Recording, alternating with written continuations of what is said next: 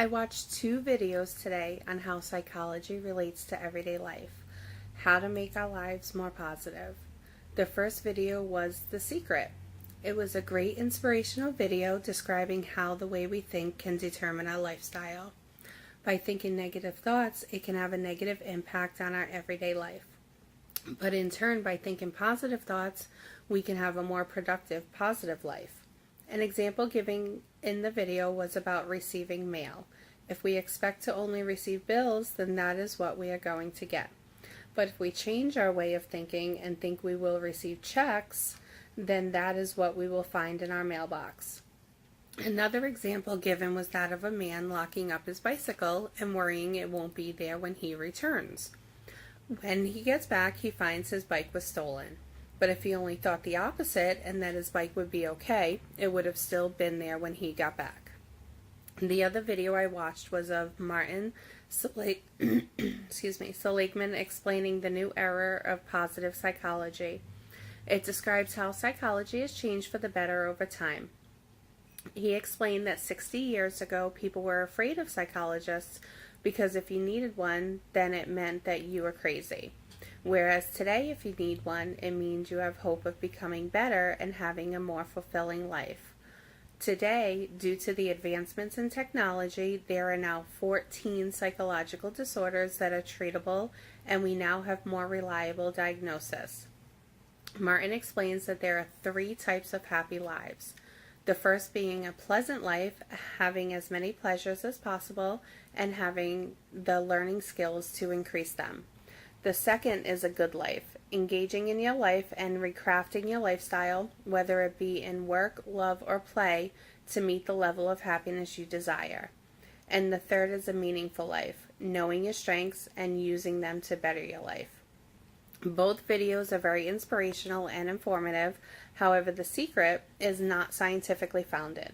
We cannot will something such as not having bills into existence. Bills are inevitable. However, we can change the amount we have to pay out for our bills by changing our lifestyle to meet our means. Just thinking something positive will happen won't make it happen. It also takes work to achieve it. Martin's video is more accurate. It explains the different levels of having a happy life and how to amplify them to have a full life versus an empty life. It also gives ways to help achieve a less stressful and happier life. The Secret is a great how-to on knowing how your attitude affects your thoughts in life. By thinking positive, your day can go much better.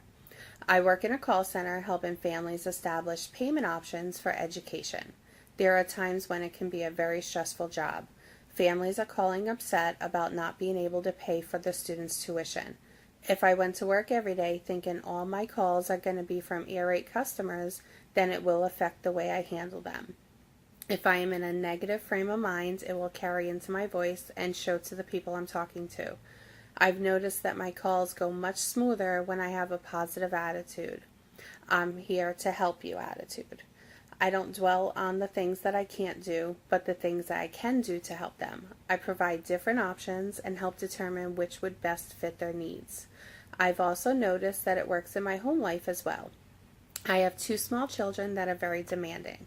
I've adapted to giving them a few options of what we can do instead of just saying no.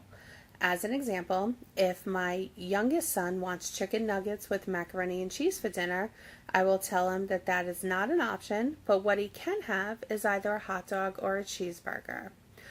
Another example is when my older son wants to play video games.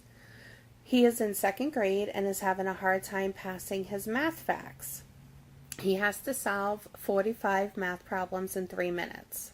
So to allow him his time for his video games, I make a deal with him.